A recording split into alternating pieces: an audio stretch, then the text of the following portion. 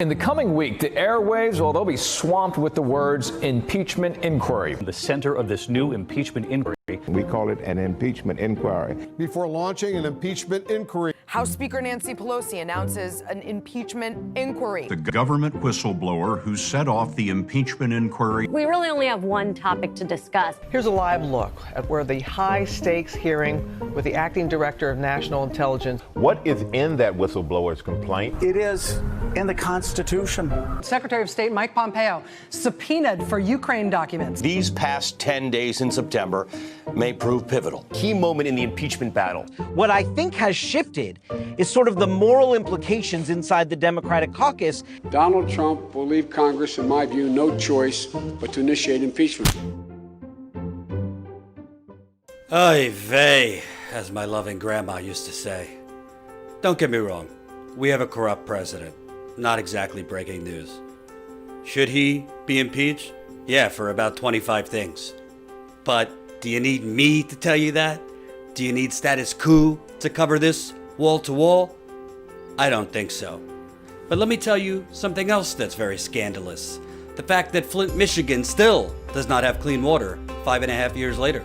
The fact that Newark, New Jersey, Pittsburgh, Milwaukee, Cleveland, parts of Florida, parts of California, parts of Massachusetts, Detroit. So the residents have had to bear this burden of the city screwing up, the state screwing up. So this issue about water is a growing crisis in the Midwest, if you ask me. And many other cities in America also have water problems. Another scandal. Black men continued to be executed by the police in the United Corporations of America. So it's many inconsistencies that's in the situation. So we know, that it's plain out murder. I understand or have some understanding of police culture, that they like to protect their own. For years and decades, it's been an open season for black men. After they dragged him for several feet, they put him back on the ground face down. Another scandal. State parties all over the country, Democratic state parties, are screwing local progressive candidates, just like the DNC screwed Bernie Sanders in 2016. Another scandal. Fracking and these crude oil, natural gas, totally unnecessary, totally toxic pipelines are being built at a record rapid pace, and there are fighters on the ground getting no media coverage. Since when is profit more important than water? When is profit more important than people? So, if you want 24/7 Trump, 24/7 impeachment, 24/7 Ukraine, 24/7 Russia, whatever other scandal of the day, not your guy. But if you want on the ground, in the field reporting of the actual, true, long-lasting, happening way before Trump scandals in America, become a member. StatusCout.com/join for as low as a cup of coffee a month. StatusCout.com/join. Help us build the media revolution.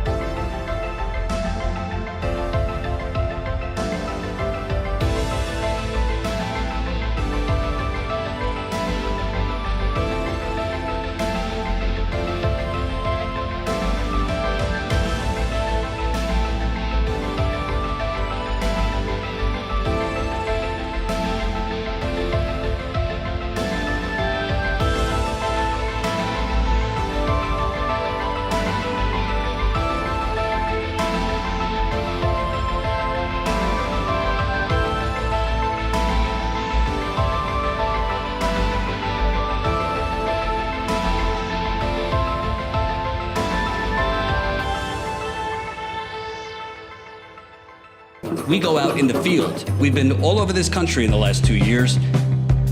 Standing Rock. I've been with you. I've been with you since Standing Rock. Wow, you got me on right now. We're doing it, baby. We're going to South Bend. It's time you show the real Mayor Pete. In 100 days, they tore down 1,000 houses in 100 days. Thank you, whether it's Standing Rock or Flint or everything else you do. You know, you guys, it's not even like watching news. It's just watching truth, you know. It's not me and you, Jordan. It's the ruling class. It's David Koch. It's the Walton family, Jeff Bezos, Elon Musk. It's them, not us, that benefit from these illegal offensive wars. Come on over here. Whoa! We're here at the Bellagio in Las Vegas, and you are going to see live the actual caucus process. We are here. We go out in the field, and we give the microphone back to the people. Yo! Cool! I know who you are, yo! How you doing, man? The man, yo!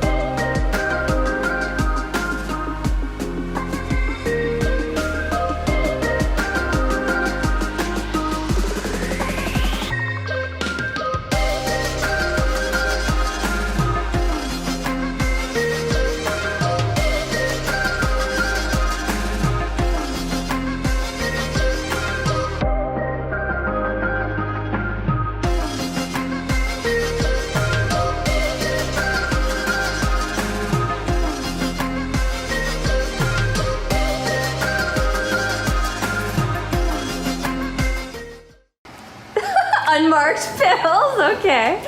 Ooh, essential oils, purification. Oh, peppermint, la la la. Love it. I am worried about Jordan, testing positive. He doesn't have any breathing difficulties right now, but he definitely has a cough that's been really bad and that's been hurting his chest.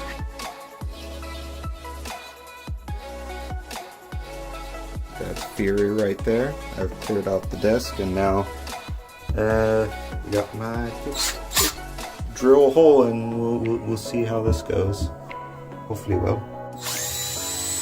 I know a general idea of what I want, essentially, so I'll try and get all this down to about a minute, get the main points, especially I got 2 videos at least for Flint. The bottom line is, it's Sunday morning, I'm preparing for my Sunday live stream, which usually takes me about 2 hours to prepare for before the live stream. And I got an email from a viewer. Hey guys, Jen Dice here with a behind the scenes video. First of all, thank you so much for being a member. It's because of you guys that Jamal and I are able to be here. We can't thank you enough. It means just the world to us.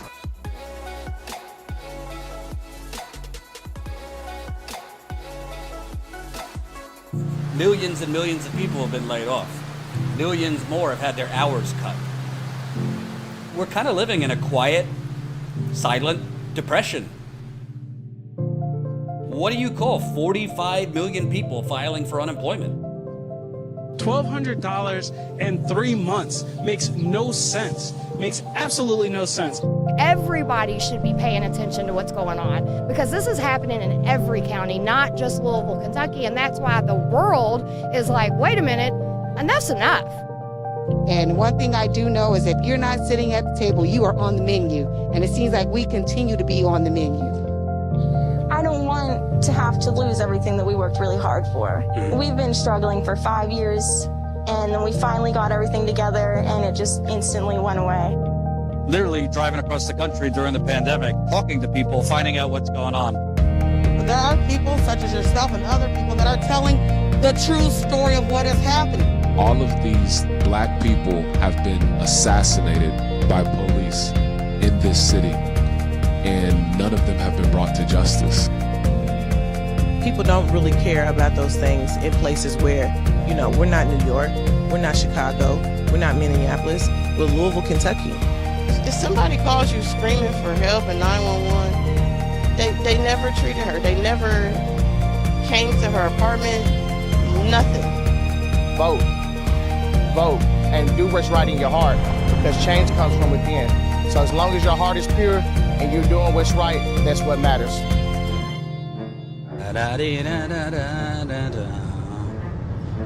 Once upon a time, there was truth in journalism, where brave men and women gave voice to the voiceless. But then the corporations bought the journalist, poisoning the news that we are fed. With those tainted sources, all we ever ate was a steady diet of status quo.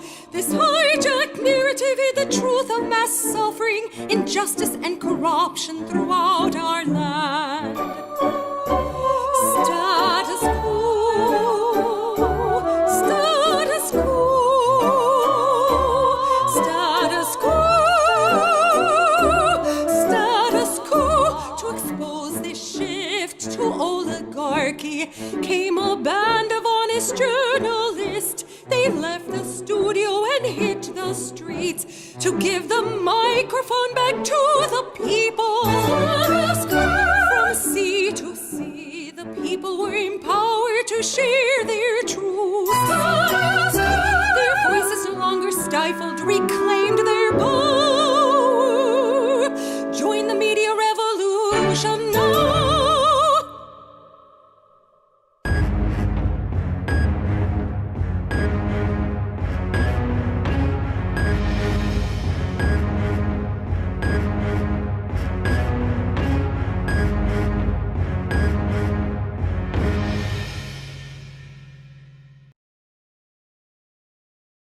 Howdy! Happy Friday, Jordan. What are we, September 18th, 2020? Status Coup, right here in the United Corporations of America. Sorry I'm a little late. I took a little nap this afternoon. Haven't been sleeping the last 3 nights, so it all caught up with me. So, I have a big show, and I'm feeling quite exuberant because, oh my God, did you watch this town hall last night with CNN? I tell you, I didn't watch the whole thing, to tell you the truth, but what I did see, talk about a giant game of softball to try and elevate Joe Biden and continue to elevate this myth of Scranton Joe, of middle class Joe, of union guy Joe. So like the other day when I went through Trump's town hall and took him to task, we are going to maybe point out some, dare I say, inconsistencies in Joe Biden's rhetoric, first record. So we will have that. Also, dire warnings, again, dire warnings from Michael Moore. And the warning that I heard him say today very much matches with what I saw in 2016, particularly in the Midwest. So we'll go through that. And of course, let's have some fun 2 days before my birthday. Woo! And you know, I have no shame. I'm gonna stretch this out for every last ounce I can. I'm 34, it's not quite middle age, but it's also not young anymore. In some parts of the world it is. So, you know, who knows? I do believe in miracles. We're $900 away from $121,000 raised. Maybe if people are feeling in a good pre-birthday mood. My birthday's on Sunday, actually, but I'm not going to go live Sunday. I'm actually going to relax and enjoy my birthday. So let's treat today like it's my birthday, and let's make some money for the company, shall we? If you can. If you can't, that's cool. But if you can donate, we appreciate it. $900 away from $121,000 raised. Thank you, Elizabeth. $20 a couple hours ago. Keep it coming right there. Smash the like button. We're already at 200 or so viewers. So if every one of you could press the like button, that will very much help. Thank you, Swirly Swirl, $5. Cool it up, baby. We shall. We shall. You look 45. I'm kidding. Heyo. Thank you, thank you, thank you. So, let's get right into it, shall we? This was, you know, the big moment that CNN has been playing over and over again, and all of the resistance people have been playing over again. Let's take a look.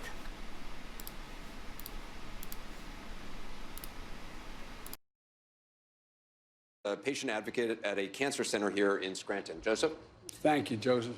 Welcome home, Mr. Biden. They call you Joseph or Joe? Joe is fine, just like you. No, I just wondered. When they called, my mother called me Joseph. I knew I was in trouble. That's the only reason I asked. No, Joe is fine.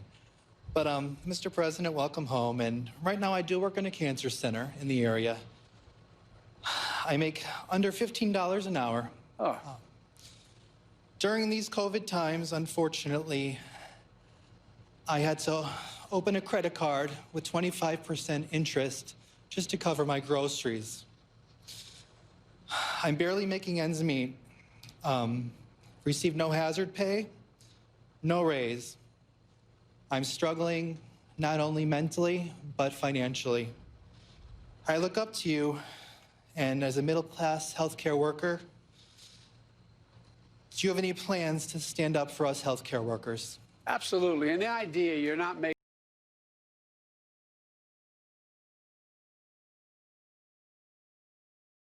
We'll get to Joe Biden's answer in 1 second. But can I just point out, for the record, the guy says, I make under $15 an hour. Oh. Oh.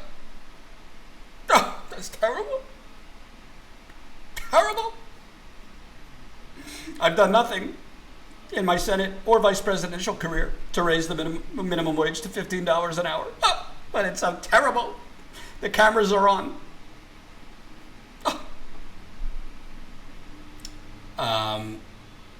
The other thing he said, that Joe Biden threw up his hands. Oh, good God. Of course, what the man said is shameful. That you know, he's working in a cancer center and making that. But Joe Biden, you know, again, this is the really branding and marketing campaign for the last 20 years that the media has propped up, that Joe Biden is this, like, you know, lunch bucket, middle-class guy, when his record is the complete opposite. And literally nothing he has done as a senator, as a vice president, has been geared towards helping that man make that $15 an hour or have better conditions. But he's good at selling it. He's very, very good at selling it. Let's continue. Making a minimum $15 an hour is just wrong. Wrong. No one should have to work 2 jobs to be able to get out of poverty. You're busting your neck, and what you're doing is you're saving people's lives. Exactly. You're helping them, and you're risking your own in this moment of COVID. You know better than I do that what happens is a pre-existing condition. In fact, what's happening here is a lot of people who have cancer, who are taking various drugs, and they, in fact, are more susceptible to catching COVID and dying than anyone else. So first of all, thank you. Number two, the reason I'm running is because, look, the interesting thing for me is I view I really do view this campaign as a campaign between Scranton and Park Avenue. And I really mean it because, you know, the way we were raised up here in this area, an awful lot of hard work and people busted their neck. All they asked for is a shot, just a shot. All that Trump could see from Park Avenue is Wall Street. All he thinks about is the stock market, telling we're going to do all right. Everybody owns stock. How many of you all own stock in Scranton? In my neighborhood in Scranton, not a whole lot of people own stock. No. And so we have to make sure that healthcare workers are paid and paid a decent wage. And $15 an hour isn't enough for a healthcare worker. And so, again, I won't take the time now, but Joe, if I can get your address, definitely. Let me get you. Go to joebiden.com, and you'll see what I talk about needing to be done with regard to healthcare workers. And by the way, mental health. You know as well as I do, and the nurse who was just up here. So, if you watch the whole town hall, I didn't watch the whole town hall, I watched enough to know, he essentially, none of it was policy oriented. All the policy was go to my website. And if you go to his website, it's not very specific either on policy. So it's again, it's a lot of theatrics, vagueness, whatever. Couple things. Number one, hate to say it, no one should, $15 minimum wage is not enough for healthcare workers. And frankly, it's not that great for any worker that works a full-time job. When you look at inflation dating back 2 decades, the minimum wage should be closer to $23 to $25 an hour. So I respect that this guy's a healthcare worker. I respect that he's been helping with coronavirus and cancer patients. Of course, nothing wrong with his question or anything like that. But Joe Biden is not offering anything specific to get that man to $15 an hour. Nothing. And frankly, you know, Joe Biden says, I'm going to be able to work with Republicans and Democrats. Well, the Republicans aren't going for $15 minimum wage. And there's a lot of Democrats that don't want $15 minimum wage. You think Joe Biden's priority when he's president is going to be fighting for a $15 minimum wage? Yeah, show me the evidence of that. So that's number one. Number two, you know, ironically, it's probably somebody on Park Avenue or at one of these Madison Avenue in New York advertising agencies that wrote up that line, I view this election as Scranton versus Park Avenue. Trust me, that was not improvised. That was a line he was fed. Nothing wrong with that. Politicians are fed lines by consultants and others all the time. By the way, almost 300 people watching. 158 of you have pressed that like button. Keep pressing the like button for my early birthday party. Thank you, Lena, $20 in the Lana, $20 in the super chat. What else? Thank you, Canvas Dancer, $5. Yes, actually, we do need to tell you. We do need you to tell us this. We can believe Status Coup. We need you. Like, share, join, and happy birthday. Love you, Canvas Dancer. Thank you. Sam Oser, $2, birthday super chat. Thank you, Sam. And keep it coming in the GoFundMe, $15. Sarah Hader, is that your friend? Sarah Hader? No. Thank you, $15, Sarah Hader. $120,115. So we're less than $900 to go till the next milestone of $121,000 raised.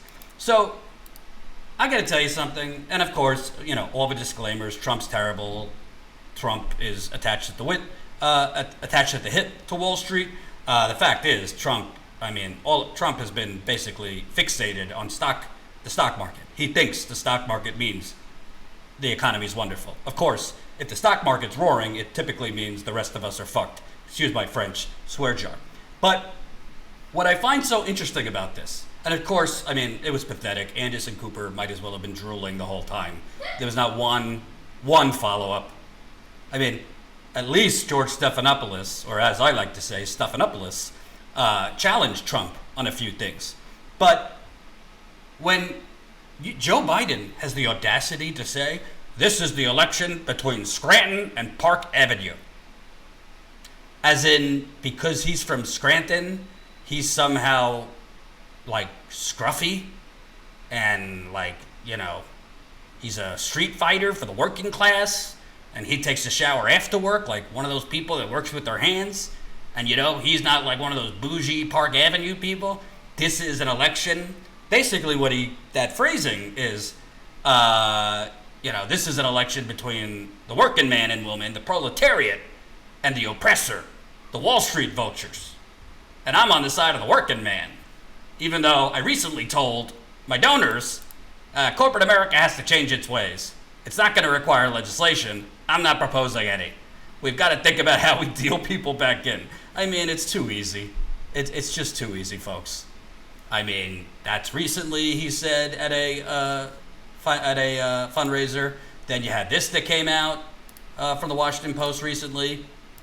The Democratic nominee, Biden, and his aides are now compounding the confusion. While Biden publicly calls out Wall Street excesses and promises to rein them in, Biden staffers privately are reassuring industry leaders that he won't focus on the issue in office. The issue meaning Wall Street regulation and reining in the global banking industry. As one investment banker described Biden's calls to financiers, they basically said, listen, this is just an exercise to keep the Warren people happy. Don't read too much into it. Oh, but Jordan, stop it. Stop being critical. You're helping Trump. No, as I tell you, I can't turn it on and off. You can't just be a seasonal journalist. You can't say, well, we got to get rid of Trump, so let's just ignore that Biden's totally full of shit. No. And by the way, to be clear, I hope not, but it's possible in the next few days we're going to hit the horrible milestone of 200,000 deaths in America. In coronavirus. I think that's underreported. I think it's much higher than that, frankly. So Biden might very well win. Even a corporate Republican pretending to be a working class hero, he might very well win. I mean, it is hard. If you were the president presiding over 200,000 deaths, it's pretty hard to win re-election. But as Michael Moore is going to show you, because I'm going to show Michael Moore in a bit, Trump's not out of this. And I think part of the reason Trump's not out of this is Joe Biden is literally gaslighting America, aided by the corporate media. They have concocted this image of some scrappy, you know, lunch bucket union guy, working man guy who, in reality, excuse my French, boys and girls, has been sucking the dick of Wall Street for the last 30 years. Anat doesn't like that. No! My fiance. He's been doing sexual favors for Wall Street for the last 40 years. I mean, that's the truth. That's the truth. You can't handle the truth. So, it's just mind-boggling. And then that tweet goes around and it gets retweeted and it's all over the place. Oh, the resistance, wine moms love it. Scranton versus Park Avenue. As Joe Biden, remember when Joe Biden said to millennials, give me a break. I have no empathy. Give me a break. Joe Biden has done more fundraisers in New York City, some on Park Avenue, by the way, than God knows any other candidate. Anat does like to rein me in sometimes. It's okay. I need to be reined in quite often. It is absurd. Absurd what this man has gotten away with. That the media lets this stand with zero pushback about, he used to be called the senator from MBNA, the bank in Delaware, that he was writing legislation for. He was their biggest recipient of their money. He was essentially, I mean, you think Obama not pushing any Wall Street bankers to jail? Not that Biden decided that. You think Joe Biden was fighting Obama to punish some Wall Street bankers that brought down the global economy? I think not. But again, this is all part of the problem with having a media system in this country that has been hijacked by corporations. There is no pushback. It's all theater. if Democratic Party operatives and Republican Party operatives, consultants, PR people, if they can concoct an image that can sell, then the media is not going to do anything to pop that bubble. Not at all. They'll just elevate it. I mean, if Joe Biden wasn't running against Donald Trump, I think he'd be wiped out right now. Because, and frankly, if Bernie Sanders would have went for the jugular the many times he had the opportunity to, we might be having a much different conversation here. But he didn't. So that's, to me, that was the most cringe. Joe Biden is not representing Scranton if he becomes president. He's going to keep he's going to keep allowing their jobs to go to foreign countries. He's not even really representing Park Avenue, to be honest with you. He's representing Wall Street. He's representing Fortune 500 companies. He's representing Jeff Bezos, the Walton brothers, the massive real estate developers, the massive hedge funders, the heads of the United Corporations of America. And by the way, so is Trump. They're both the same. Only Joe Biden is a more civilized, hearty version. They're both servants to the oligarchy. And by the way, just like Biden has masterfully pulled this off with the aid of the media, so has Trump. Just imagine for a second, because the media gave Trump billions of dollars of free advertising in 2015 and 2016, they allowed a billionaire, might not be a billionaire, maybe that's why he doesn't want his taxes to get out. They allowed a billionaire who, through all of his companies, offshored to other countries, his ties, his stakes, his everything, offshored. He allowed a billionaire that literally has exploited the work of the working man and women of this country through stiffing his contractors. He had undocumented immigrants working for him at golf courses, Mar-a-Lago. The stories of Trump exploiting workers is legend in New York. Trump was able to sell himself as an anti-establishment, everyman populist. How do you get away with that unless the very people right now, the Joe and Mikas of the world, who are right now acting like they're the head of the resistance, and they condemn Trump, they had Trump call in 3-4 times a week in his PJs for 2 years. All of these people right now that, are leading this grave threat to democracy were the ones that allowed Trump to create this myth and sell himself as this. I saw it on the campaign trail. There was no journalist pushing back on Donald Trump. Yeah, they pushed back a little bit here and there on his racism and Islamophobia and anti-immigrant stuff. They didn't push back on him selling himself as a populist. So, let me see. We're getting some donations here. Thank you. Oh, I got you, Sarah. What else? Detroit Microsound, $10. Status Coup. Check out Lasse Berholt on YouTube. Far-right wing Dane who lives in Denmark. Only he makes videos all about Antifa, BLM. He killed 2 children in a car crash, then blamed it on the other driver. Why do I want to check that guy out? It sounds pretty depressing and gross. But email me and I'll check it out, I guess. Thanks for the super chat. Dark Roast Lefty, $5. Happy birthday, big boy. FUQDNC. Who you calling a big boy? I'm trying to get in wedding shape. Just kidding. Thank you. Gino Fast, $24.99. Moore said 80,000 in-person voters didn't vote for any presidential candidate in Michigan. No vote protest. I myself casted a burn it down vote for Trump in 2016 because I was so mad about how they did Bernie. Whoops. Gino, I won't voter shame you, but I would seriously suggest don't vote for Donald Trump. I'm not going to tell you whether to vote for Biden or not. That's up to you. But I can tell viewers, in my opinion, it's going too far to vote for Donald Trump. I'm not voting for Donald Trump. I don't tell people how to vote, but I will tell people I don't think voting for Donald Trump is some rebel protest, burn down the DNC. If you haven't noticed, the DNC and the Democrats, they're not going to change even if Trump gets reelected. They're just going to blame it on Russia again. So you're not getting anywhere voting for Trump. Now, if you don't want to vote for Biden, that's whatever. I mean, I'm not telling you what to do. So, let's keep going here. Then there was this one. Good evening. My mother was diagnosed with multiple myeloma 2 years ago at the age of 66. The cost of her care has been astronomical.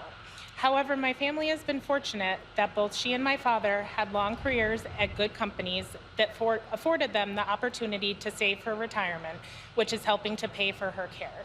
Mr. Vice President, what is your plan to make health care affordable so Americans don't need to drain their savings when care is necessary?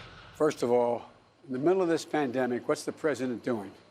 He's in federal court, trying to do away with the Affordable Care Act.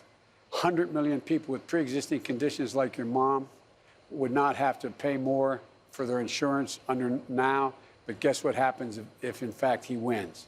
That's number one. Number two, what I would do is make sure that we reinstate the Affordable Care Act, number one, and add a public option to that Affordable Care Act so that nobody in the United States of America would go without being able to be covered for what they need. With regard to COVID, for example, I don't want to get my son died of cancer. He came home from Iraq, and I have to tell you, it really, really offended me when he volunteered to go there for a year, and he came home because of with stage 4 glioblastoma.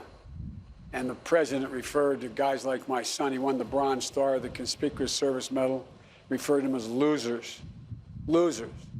Talk about losers. My point is this. The idea that health care is debated as whether or not it's a right or a privilege. It's an absolute right.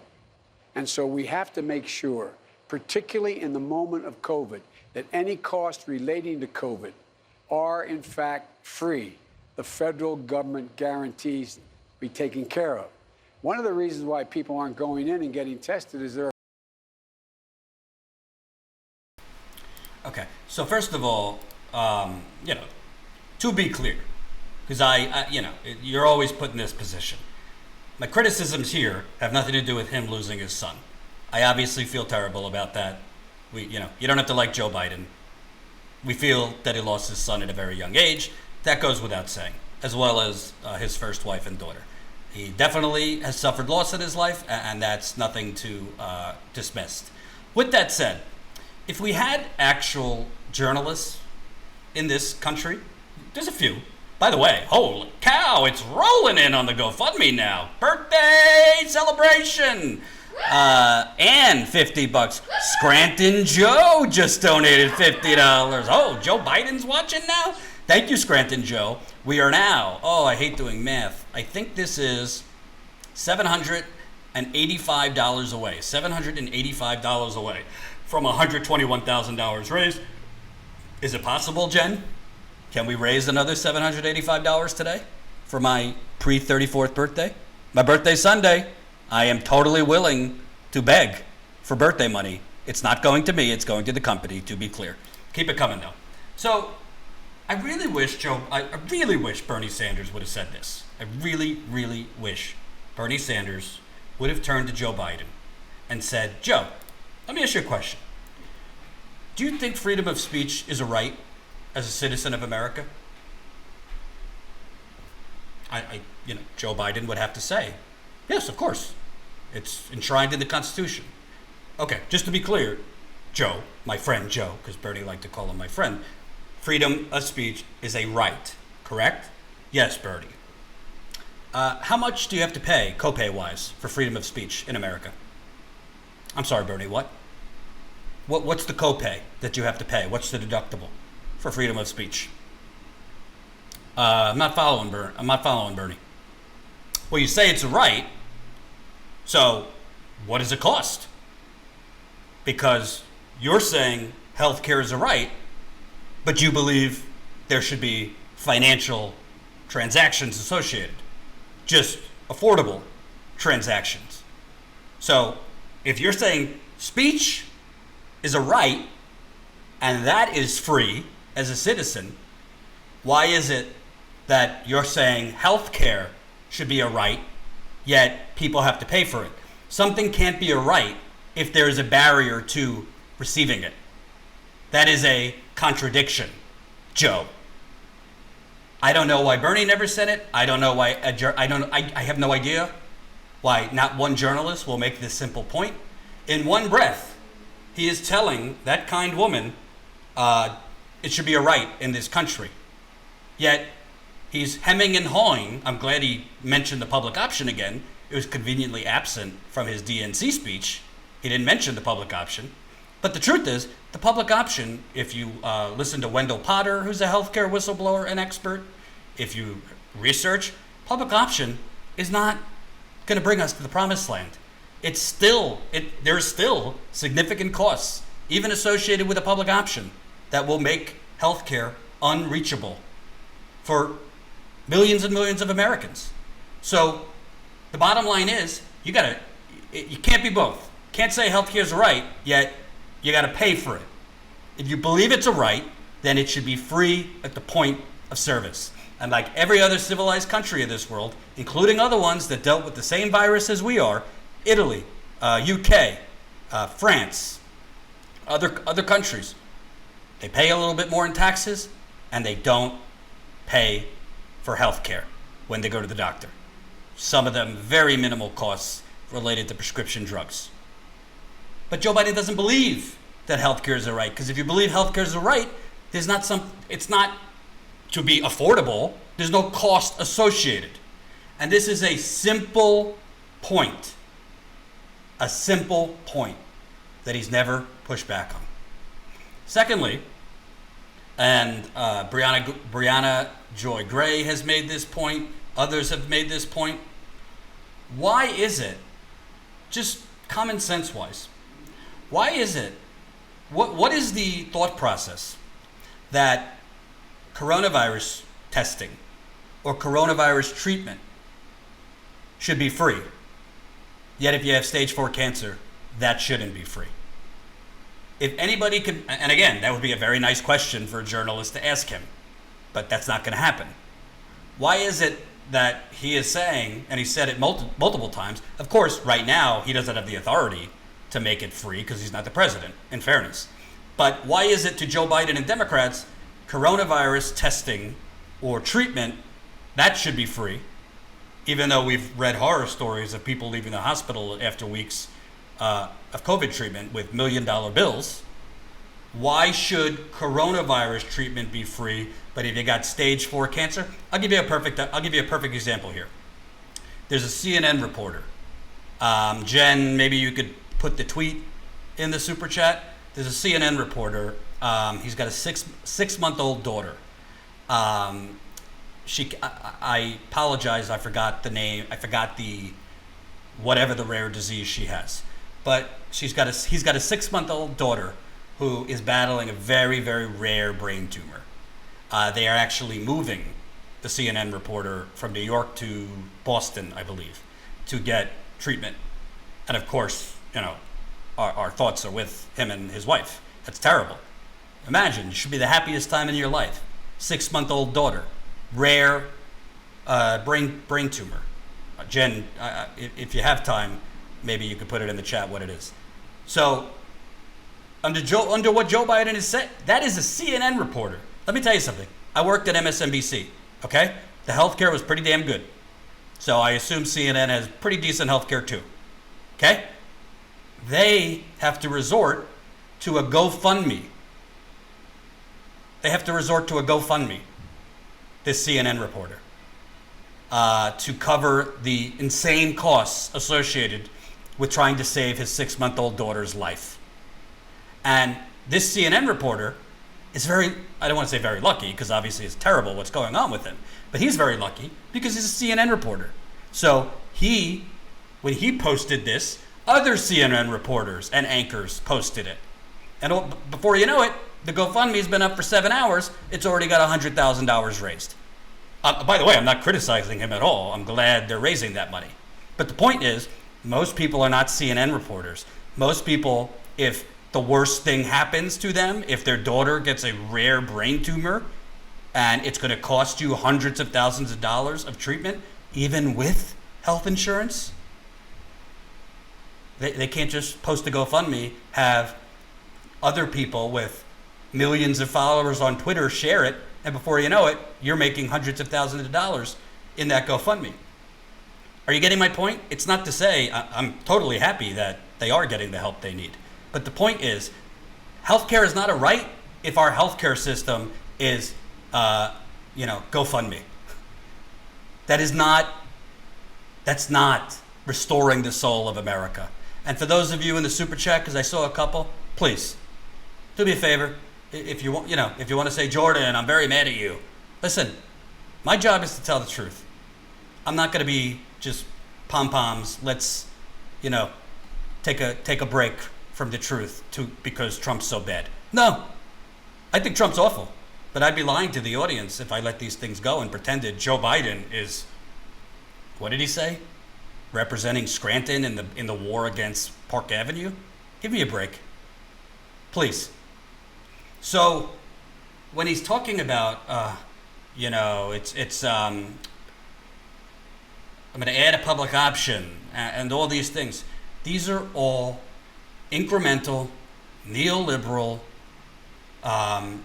complicated things to keep the for-profit healthcare industry in place. Imagine this for a second. I was talking to my fiance the other day. What exactly is a deductible? What exactly is a deductible for health insurance? It's just a made-up cost to make healthcare companies money. It doesn't actually go to anything other than healthcare profit. It's not money we pay to cover the cost of healthcare companies' administrative costs or their salaries or nothing. It's literally profit. That's it. So I don't want to hear anymore. Oh, by the way, and credit to Kyle Kalinske, who found this. Joe Biden was singing a very, very different tune when he ran for president in 2007. Build a consensus in this country, because the real problem is going to be taking on those insurance companies, because they're going to be the ones. You're going to have Harry and Louise. Remember those ads with Harry and Louise out there saying this is awful what the Democrats are proposing. And so the second thing is you got to provide for. I think everyone should essentially be able to be, from age 1 on, essentially have the same kind of coverage you have in Medicare. It should be just universal across the board. We could afford to do that. Excuse me? What did he say? Did I mishear something? Let me play that one more time for those in the back.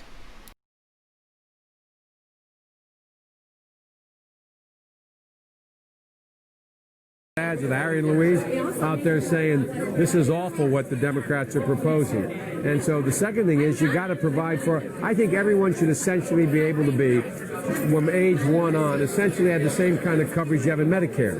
It should be just universal across the board. We could afford to do that. That's Bernie's plan. So Kyle from Secular Talk found that. So credit to him. Thank you very much for the GoFundMe. Timothy, $20. Torleif, $25. We're now $740 away from $121,000 raised. Keep it coming. Happy birthday. Happy birthday. It's my party. I'll GoFundMe if I want to. Thank you for the super chat. Torleif, $5. I just made a larger donation to the GoFundMe. Status Coup, can't say it, but YouTube takes a 30% cut of the super chat. Tell me about it. YouTube is the oppressor in many ways, but I appreciate you double dipping in the super chat and the GoFundMe. So obviously something changed for Mr. Biden, in these years, because he said, just do Medicare, cover everyone from Medicare, from birth. We could afford it, as he was mildly kissing that old lady. He bumped foreheads. It's just unbelievable, because it's so obvious. It's so obvious that they are defending a system for their donors. That's all he's doing. And Trump, of course, is doing the same thing. Trump's not going to provide universal health care. So then, okay, the devil's advocate or the naysayers say, okay, Jordan, we get it. He's not the best choice, but why do you got to dwell on these things? Because the point is, honestly, we are not going to get to the promised land through Trump by any means, but we're also not getting to the promised land through Biden. These people, I like AOC, but she just, I guess, said, I think we're going to be able to move Biden significantly left once he gets elected. These people are living in a fantasy world if they think that's true. I'm just being honest. If you couldn't get Biden to move at all, literally at all, when he's trying to get elected, think about that for a second. If you can't get Biden to even lie and say, you know what, the pandemic has changed things, I think we got to do Medicare for all. Politicians lie all the time. And then when he gets elected, probably backtrack on it. You can't even get him to lie and say he's for these things. Or lie and say, I'm for the Green New Deal. So if he's not going to move now, why would he move once he's in power? That just doesn't make sense. The principles of leverage, no. He's not going to move. And judging by who he has on his transition board, his presidential transition committee, it's all Wall Street people, corporate people. He's got Lawrence Summers advising his campaign. So the problem with these town halls, and actually I thought George Stephanopoulos, when he grilled Trump, I don't think he grilled him like I would per se, but he was at least pressed back a little bit. And I went to town on Trump the other day because his town hall was worse than cringe. It was diabolical, the shit he was saying. He's like blaming Joe Biden, saying, Biden said he was going to make a mask mandate. He didn't do it. He's not the president. How could he make a mask mandate? But the point is, these town halls, as well as the debates, just think about this for a second. Biden and the Democrats are saying we need to have a fact checker for these debates. Yeah, you're supposed to have one. It's called the moderator. The journalist is supposed to be the fact checker. But 9 times out of 10, whether it's a town hall or the presidential debates, the journalists stand there like mannequins, whether it's a man, a woman. Very rare that they actually challenge one of these people on their bullshit. And why is that detrimental? Because then the voters don't know their real records. They don't know the true nature. They don't know whether these people are feeding them a bunch of nonsense. That's the truth. That is the truth. Thank you, Sarah. Another $15 in the GoFundMe. We are now $225 away. $725 away from hitting $121,000. So I want to move on from the town hall to what I think iceberg right ahead. And I've been saying this for a long time. I'm not a polling truther. I look at the polls now. I think if the election were held today, Biden's in a pretty decent position to win. I think a lot can change in a month and a half. But if the election were held today, I do think he's in a decent position to win. With that said, I am seeing and now hearing striking deja vu from 2016. I want to play to you just a short clip. Michael Moore was on The Hill today. Would love him to come on Status Coup. I've asked, but just saying. Michael Moore was on The Hill, and Rising, more specifically, and he had a stark warning about Joe Biden in Michigan. Let's take a look.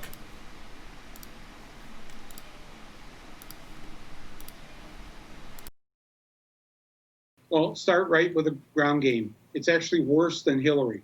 At least there was a ground game, even though she didn't show up. There were Hillary offices in many towns, campaign offices. There was door-to-door campaigns, but you couldn't get a yard sign. And I learned long after the election when I was making my last movie in 2018 from one of her top campaign people. He told me, he said, that's correct. It was on purpose. We were afraid that if there were too many Hillary yard signs, it would remind the Trump voters that, oh, yeah, that's right, I've got to get out and vote against her. So they're afraid. They start with fear of the Trump voter. And that's what's going on now. I've had in the last 2 days 3 different calls from Democratic Party people in rural areas in Michigan. Masks, sanitizer, safety. They can't get yard signs. They can't get yard signs. They're calling me, you have any contacts? Can you get us yard signs? I said, I can't believe this is happening again. Now, yard signs may seem like a simple thing to people, but it says a lot because you're driving up and down the roads in Michigan and you see Trump sign after Trump sign, Trump flags, Trump banners, people driving around their pickup trucks with Trump flags. It's everywhere. There's no, forget about, okay, so there's no yard signs, but there's no Joe Biden. There's no, read this Time magazine article. It was published, I think, 2 days ago. Charlotte Alter is the journalist, the author of this article. I think he just showed a screen grab of it, where she says essentially it's an invisible campaign because the Biden campaign headquarters has somehow decided to ghost Michigan. Now, his campaign manager says in the article, well, we're just doing it different this time. Well, we need to do, yes, we need to do it differently than 16, but we need to go in the other direction. We need more. We don't need less. Right. Well, this is the 21st century. We're doing Facebook ads. We're doing digital. And it's like, oh, my God. Joe Biden did come to Michigan last week. So he's already ahead of Hillary on that level. But he went to Michigan and visited 2 towns and did not visit black Michigan. He went to white Michigan. He went to conservative Democratic Macomb County. He went to Warren, and then he went to Ecorse, which is what we call downriver. So why, to me, that should be a fire alarm if you want Joe Biden to win, which I know most of you in the chat are kind of ambivalent on. By the way, we got 400 people watching right now. 294 of you have pressed that like button. Can I please, pretty please, get another 100 likes? It would mean a lot. Keep it coming. So some of you might poo-poo, say like, who cares, Jordan? Like, who cares about signs? Well, I can tell you, in 2016, I probably covered Michigan in the field when I was at the Young Turks, the most. Michigan, I was at probably like 10 to 15 rallies of Trump's and Hillary and Bernie. I covered Wisconsin quite a lot and Pennsylvania. I started thinking around August or September, there's a good chance Hillary Clinton's going to lose because I see zero presence for Hillary Clinton in any of these states. All I see is Trump signs on the highway, billboards, Trump signs on people's lawns, and I saw very little of Hillary Clinton. Why does that matter? Because these things don't show up in polls. And remember, there in 2016 was a pretty sizable portion of the Trump vote that didn't answer polls for whatever reason. They called them the silent Trump vote. Maybe they were embarrassed, who knows? But enthusiasm is real on the ground. To hear that Hillary Clinton's campaign didn't distribute them because they didn't want to give Trump voters any extra nudge to come out. Apparently Biden's campaign has the same mentality because Michael Moore was saying people are asking, where could I get the street signs? And the campaign isn't providing them. I don't know what geniuses are running Joe Biden's campaign, but here's some free advice. The Trump voters don't need any nudge to come out. They are zealots. Trump has been laser focused and preaching exactly to his base and nobody else for the last 4 years. Biden signs or no Biden signs are not going to inspire Trump people to come out. They're already coming out. So if that's why Hillary's campaign didn't provide lawn signs and highway signs and this and that, that's terrible strategy and decisions. But if Biden's campaign is doing the same thing, that is terrible strategy and decisions. It's not going to backfire on you and get more Trump people to come out. They're already coming out. And by not having the signs on people's lawns, the signs at City Hall, the signs on the highways, signs on people's trucks, not having Biden, Harris everywhere, it actually has the opposite effect too. What about voters that haven't made up their mind yet? Are on the fence, or maybe aren't even sure they're going to vote. If all they see all around them is Trump, Trump, Trump, and they see no Biden, might they think, well, what's the point? The state's going to Trump. I mean, this is awful strategy. They should have Biden paraphernalia everywhere in these states. The other thing that Michael Moore said that is, if I'm someone who wants Joe Biden to win, should be very concerning, is they're continuing with this absurd. I mean, it's totally absurd. And thank you very much, Dennis, $10 in the GoFundMe. Appreciate it, Dennis. We are now, what is that? $215. I keep saying 200. $715. $715 away. Keep it coming. You only turn 34 once. That is birthday boy Sunday. Super chat too. Hold on. Swirly swirl. $10. Went to a Dem headquarter volunteer meeting yesterday. They ran out of yarn sides. Had 70. They are using Slack to phone bank. I live next to the Michigan border. I was the youngest person there. Average age was 50. Sounds about right for a Joe Biden party. Oh, by the way, this is from, Jessica Soler, $9.99. Private insurers don't even perform the basic function of saving money and getting patients the care they need. They create unnecessary barriers, nickel and dime customers, and we still pay more. That's correct. 100% correct. So, the bottom line is, Biden campaign, Biden's only been to Michigan once or twice. Let's be clear, there is a pandemic, so we understand he's not going to travel as much. But Trump is continuing to travel. And Trump, remember, in 2016, while Hillary Clinton was in the Hamptons in August doing fundraiser after fundraiser, Trump was going all over the country. He did way more rallies than Hillary Clinton did. So Trump right now is doing a pretty significant number of rallies, and Biden is not. And where Biden is going, he's continuing this campaign strategy of reaching out to, I don't even know what they're thinking, conservative Democrats, straight up Republicans, rather than going to Flint, rather than going to Detroit, rather than going to Milwaukee, where Hillary Clinton had depressed turnout among black people in 2016. I've told you this over and over and over again. It was not Putin. She lost 5% of the black vote compared to Obama in 2012. She got 5% less than Obama did in 2012. 5% less Latinos than Obama did in 2012. 6% less age 18 to 29 than Obama did in 2012. That's why she lost. And by the way, it wasn't Jill Stein. Gary Johnson in Pennsylvania and other states got more votes than Jill Stein.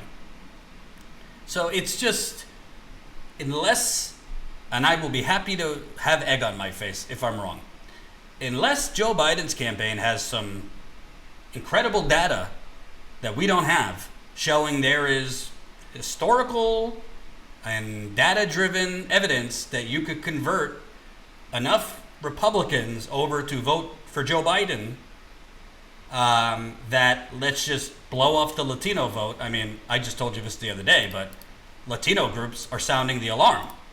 They're sounding the alarm on Joe Biden's, pathetic outreach. Joe Biden's campaign is literally now, in the middle of September, staffing up on Latino outreach.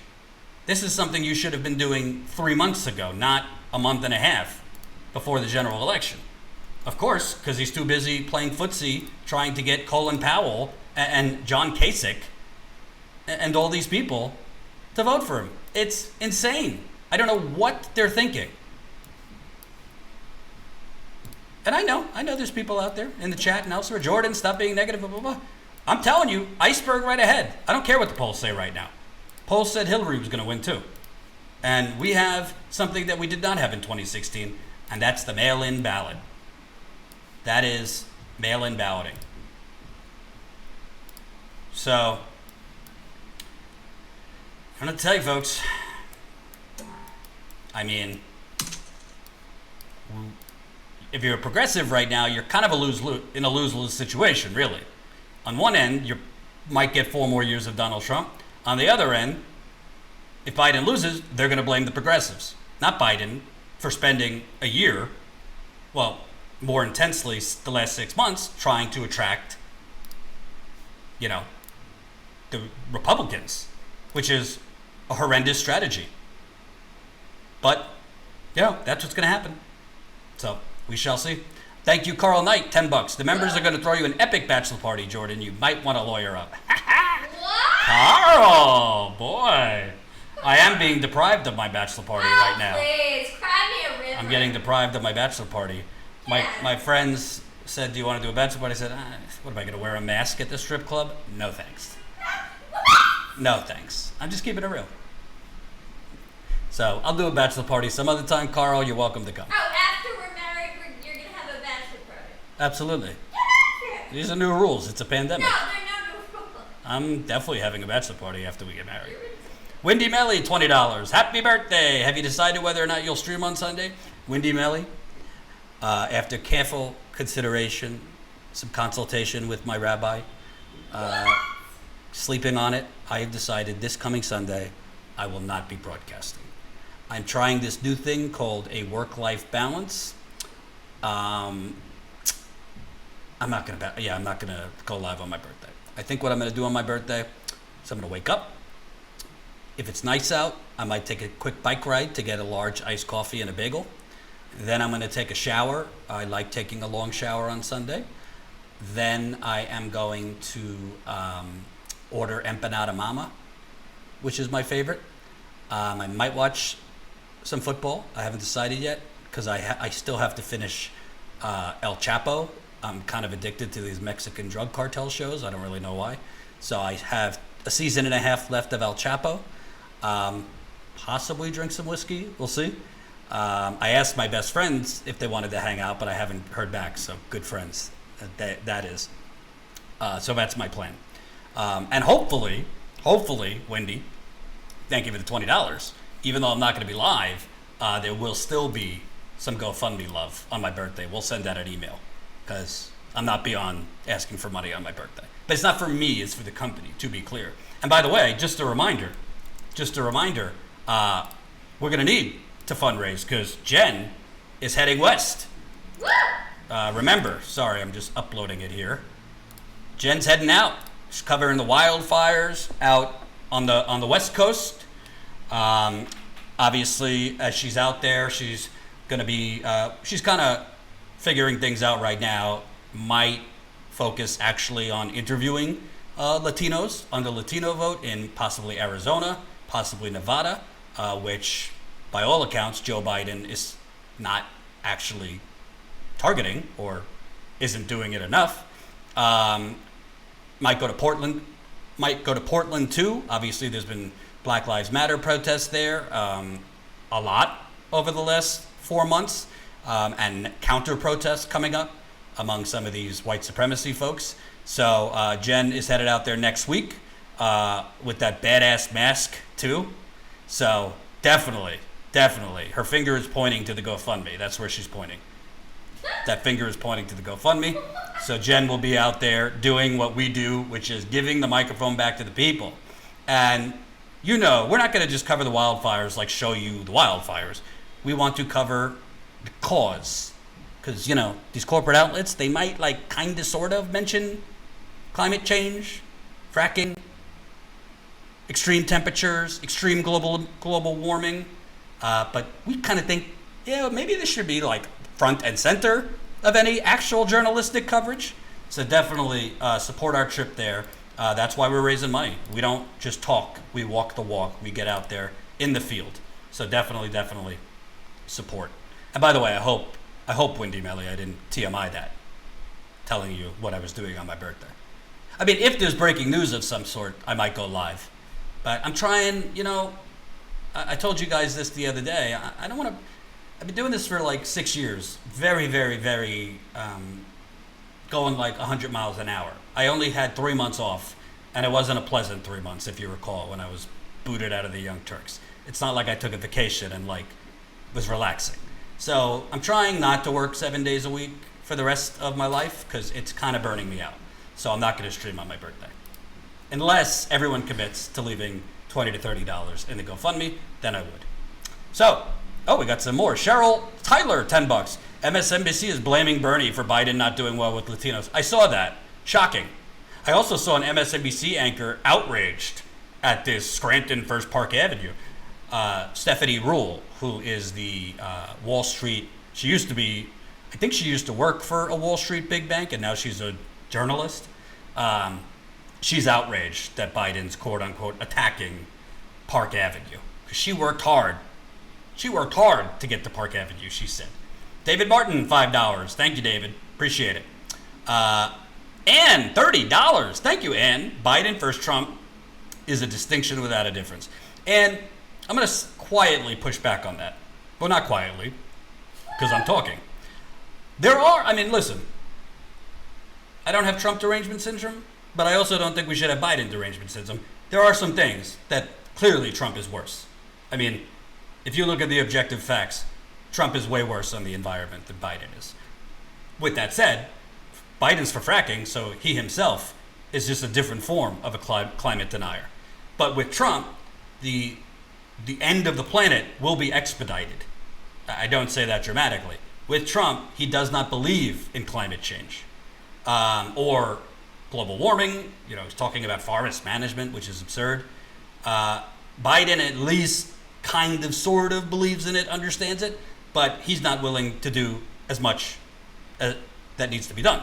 So Trump is worse than Biden on the environment. I mean, if you don't like me saying it, so be it, but that's just the truth. On economics, I mean, Biden's proposals on economics is basically Democratic Party and neoliberalism. And what that is, if you have a plate and you have the main meal, let's say a steak, or for my vegan friends, maybe some tofu. Is that vegan, tofu? Yes. Yeah. So if the main meal is the same, Biden is essentially talking about tinkering with the side dishes. That's neoliberalism. That's what it is. He ain't changing the main meal, which is this. The main meal is this.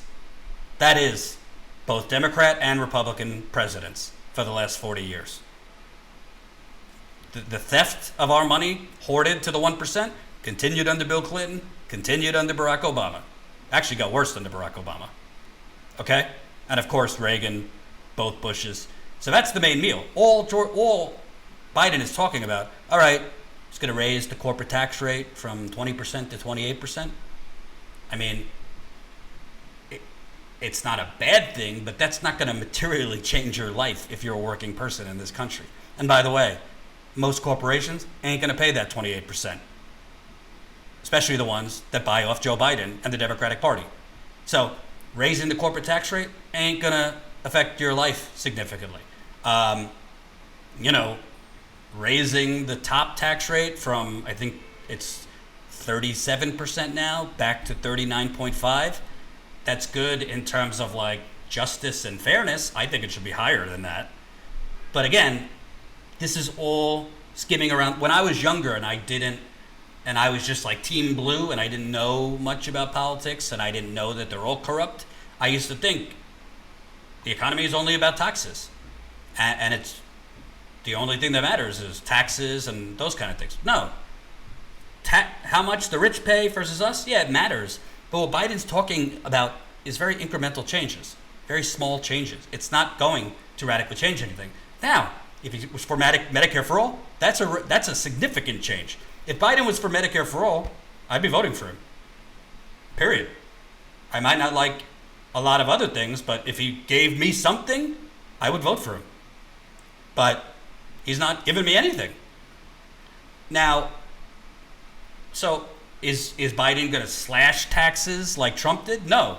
But the point is, Biden is not doing anything economically that is going to materially, significantly change struggling people who are working paycheck to paycheck their lives.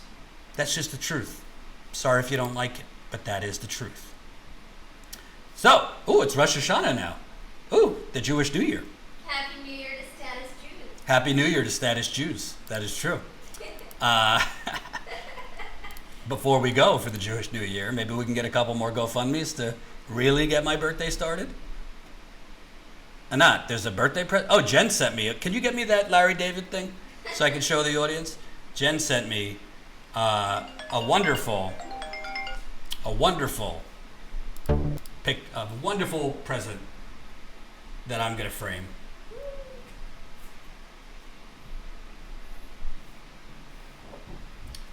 That's right. Larry David with an adoring dog. What could be better than that? For those of you that don't know, I'm a big Curb Your Enthusiasm fanatic and a Larry David enthusiast. So, thank you, Jen. All right, before I go, let's take some last minute super chats, questions, comments, concerns. Definitely contribute if you can. Jen's going next week to the West Coast for wildfires and other kind of coverage. So we definitely would like to raise some money. Not only Jen, but we have to pay for our cameraman, John, who's going there with her. So definitely, if you can. If you can't, we totally get it. Also, remember, I haven't pushed it because I don't want to put too much on you.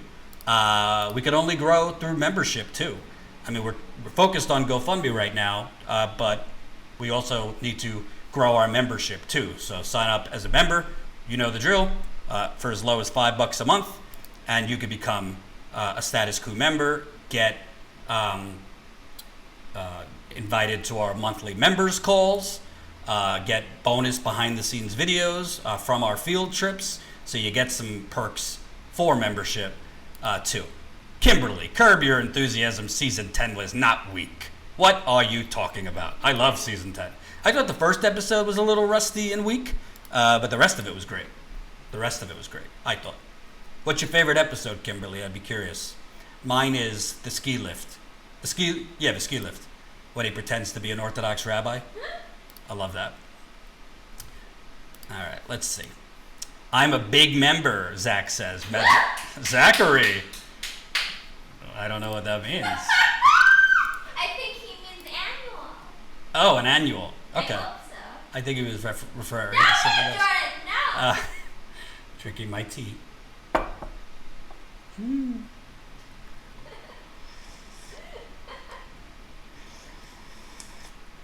If you're going to vote for Biden, tell no one until you have to. Jerson says. Okay. I don't currently plan on voting for Biden. That's just me, though. I'm also in New York, so I have the luxury of voting for just whoever I want. I mean, Biden's going to win New York. DC Thomas, $5. Happy New Year. Happy Jew Year to you, my friend. Appreciate it. Let's see. Season 10 was mostly terrible. Thomas, what are you talking about? I thought it was great. I love the episode where they go to Mexico. Oh, that one is so good. I love that episode where they get the beans. I thought the last episode was amazing. I don't want to give any spoilers if people haven't watched season 10. But the episode where Cheryl goes to the hospital I thought was amazing. Maybe we'll do a whole live stream just on favorite Larry David episodes. Curb Your Enthusiasm. Jordan's drink is spiked? I wish. No, just tea. Spiked with spicy honey. With spicy honey. I got a spicy honey. Status Coup donated $30 now so you don't stream on your B-Day. Enjoyed. Oh, that's so nice of you. Why, thank you so much. Appreciate it. Yes, I'm not going to stream on Sunday. I've decided. I'll be back Monday, though. Jordan, you can always vote for whomever you want. I agree. And I'm not going to voter shame people. You know, somebody in my life has told me, Jordan, enough. There's fascists in the White House. I don't care if you like Biden or not. You're voting for Biden. And I said, no. I believe we already have a fascist country. Trump's just a more in-your-face fascist. And I'm writing Bernie in. That's just me. You do whatever you want. And frankly, from what I'm seeing, you listen to Michael Moore, I think Biden's got the exact wrong strategy. I really do. This whole trying to court Republicans is what Hillary Clinton did in 2016. Ask her how she's doing. She's in the woods right now. Carl Knight, I want to meet his girl. She's helpful to keep him sane and do his important work. Aw. Get Jen to do an episode on Schitt's Creek. We both love and miss it. You know, I saw 2 episodes of that. I like that. I did. My top comedies, Curb Your Enthusiasm's number 1. I think Arrested Development, super underrated. Always Sunny in Philadelphia. Oh, that's a good one. Super underrated. Shameless, I love. I'm on season 10 right now. It's not as good without Fiona, but I do love it. Seinfeld, you know, what self-respecting New York Jew would I be? Jerry Seinfeld's actually from my town that I grew up in. What other comedies did I really like? That's about it. This is 90 Day Fiancé count. 90 Day Fiancé is not a comedy. I mean, it's funny. The only reason I like 90 Fiancé is because that's when you rub my head. Jordan! Rub my head. I am voting for Moose and Squirrel. Sunny in Philadelphia is hilarious. Sunny in Philadelphia went from like a 7 on my book to a 10 when Danny DeVito joined, who, by the way, is a major Bernie supporter. Love Danny DeVito. And I've reached out to for money in the past. If you're watching, Danny, I love you. Thomas, $30 in the GoFundMe. Woohoo! Woo! We are now, what is that? $685 away. $685 from $121,000 raised. Maybe I'll just keep going. This is fun. Talking about... The chat's getting spicy. What's going on in the chat? I don't know. I don't want to say. I'm in California. I'm voting Gloria La Riva. Okay. Cars with coffee is good. Oh, by the way, I should say, we have a pretty explosive interview coming up. Oh, yes. If you recall, I interviewed a couple, maybe last week or 2 weeks ago. I hate to say it, both of these credit goes to my fiance. I interviewed a couple like 2 weeks ago, an NYPD whistleblower. His name was Sergeant Stephen Lee. Now, Tina, who is a freelance journalist who's been doing some coverage for us out in California, she is doing an in-person live, it's not going to be live, but an in-person long interview with Alex Salazar, who is a former LAPD officer. And, I spoke with him on the phone for a half hour. Wait till you hear this guy's story. He literally admitted being in the LAPD made him racist. He's a whistleblower. He has been trying to reform policing and basically tear it down to build it back up. He has major revelations on the blue wall, the code of silence that he will be talking about. Major revelations on the systemic racism in the LAPD and other police officers.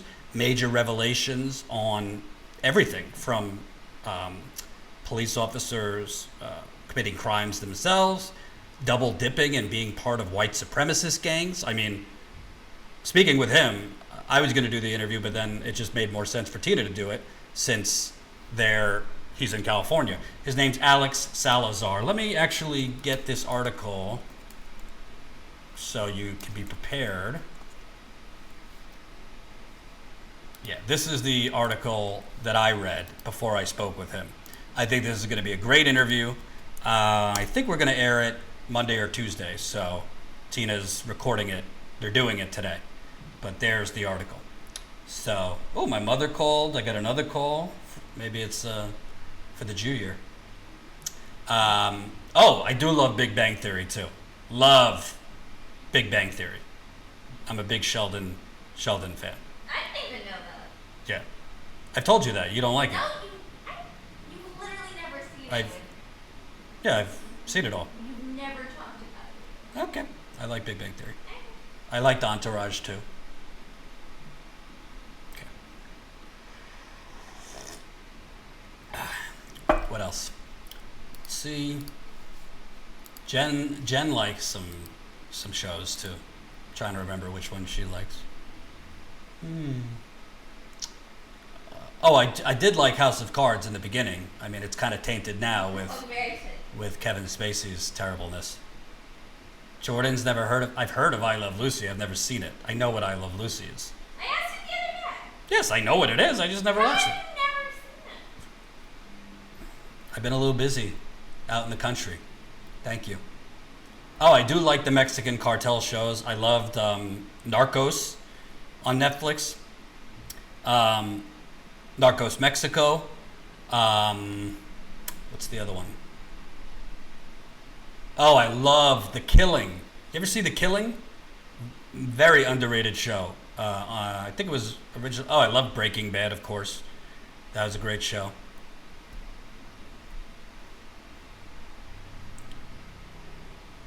Sheldon has got to be one of the worst characters ever on TV. Are you kidding me? I don't know what's in your pipe. I don't know what you're smoking. Jordan needs to appreciate the greatness. I got Boardwalk Empire was way too slow. No. Way too slow. No, it is art. It is a masterpiece. And I just can't take Belushi. Is that his name? Well, what? Steve Buscemi. I can't take Buscemi serious. Because to me, he's just the guy from Billy Madison. Oh my God. He's just the guy from Billy Madison that put lipstick on and had a kill list. Oh, Jim Carrey, of course. Jim Carrey was the best. These people that debate Jim Carrey versus Adam Sandler, I don't even know what they're debating. There's no debate. Jim Carrey, when he was actually doing comedy, was the best. Adam Sandler, after Billy Madison and Happy Gilmore, I mean, Wedding Singer was good too, but that's about it. Everything else, that's a great one. everything else Adam Sandler has done is kind of eh. Ozark is very good. To me, one of the most underrated movies of all time, comedy-wise. You ever seen Jim Carrey in Me, Myself, and Irene? Oh, epic. Epic. Maybe we should have a members call on all of this. Maybe. Our favorite movies, some great stories about me watching Shawshank Redemption. No. I got a couple stories linked to Shawshank. Wow, Jordan is such a youngster. Why? Adam Sandler. Jordan and I have different views on TV characters. That's okay. It's okay. Oh, I love Prison Break. Anybody ever watch Prison Break? That was a great show too. Jim Carrey's kind of a mess these days. Well, you tried. You be with Jenny McCarthy for a while. That tends to happen. Wow. Just saying. You a fan of Cobra Kai at all, Jordan? I've heard of it. Oh, Fargo season 1 I just finished. It was really good.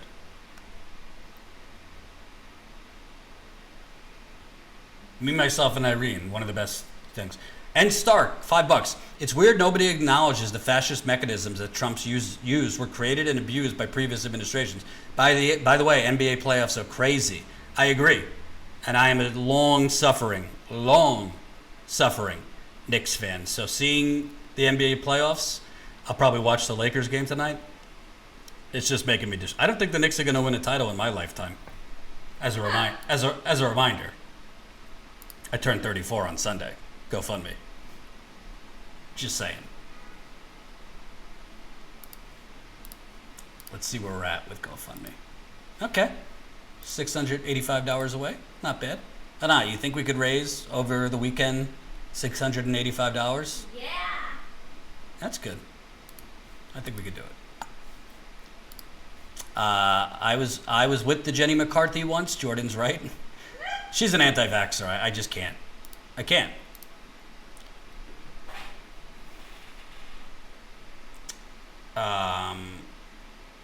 NBA playoffs have been great. My poor Celtics are down 0-2. I gotta tell you, my uncle is a major Celtics fan. My aunt and uncle live in Massachusetts.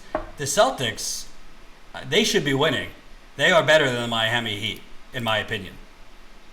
But I think at this point, the Lakers are a lock to win the title when you got LeBron and Anthony Davis. The 3%, the 100, Black Mirror, Away, some of my faves on Netflix. You know, I saw some of Black Mirror. I did like a couple of those episodes. Some of them I was kind of like, this is a little too much for me, but some of them I really liked. If anybody here has watched The Killing, let me know what you think of that. I thought that was amazing. Try working for him? Try working for who? Oh, James Dolan. Hey, I met you when you were working for James Dolan. Oh, I remember. You were my rock. You were a ray of sunshine.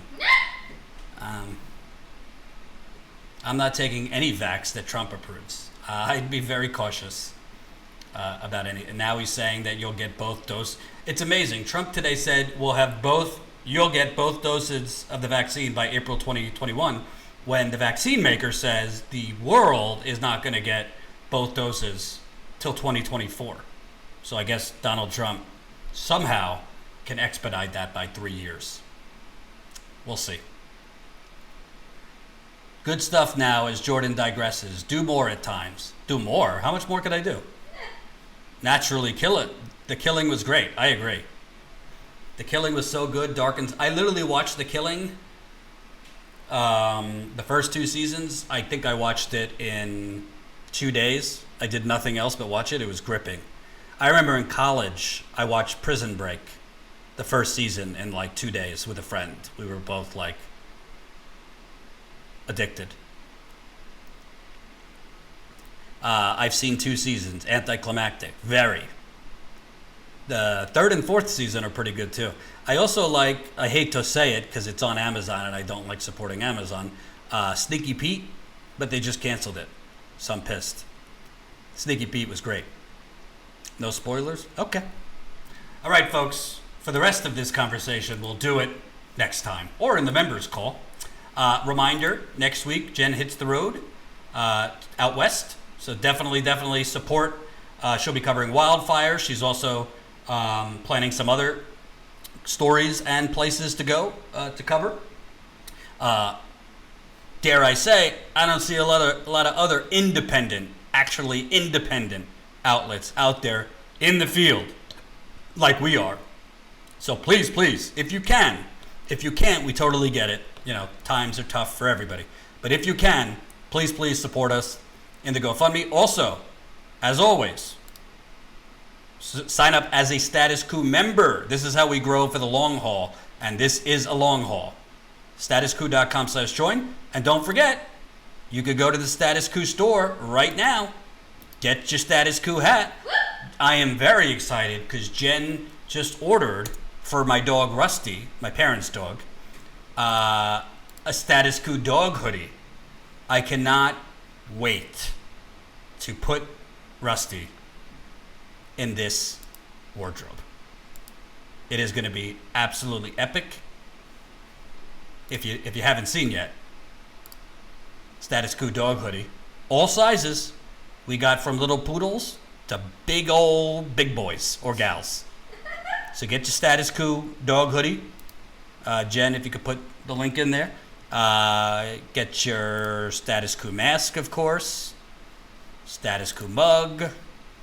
Let me find the hat, which is new.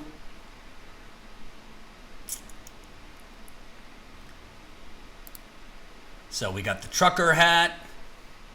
We got the flat brim. And regular baseball cap. Get your swag. All right, folks. Thank you so much for getting my birthday started. Again, Sunday is my birthday, so we'll send out some emails this weekend with other announcements. If you can, obviously it's not coming specifically for me, it's coming for Status Coup. Definitely show us the love in the GoFundMe. We're currently $685 away from hitting $121,000 raised. I will see you on Monday. Have a good weekend.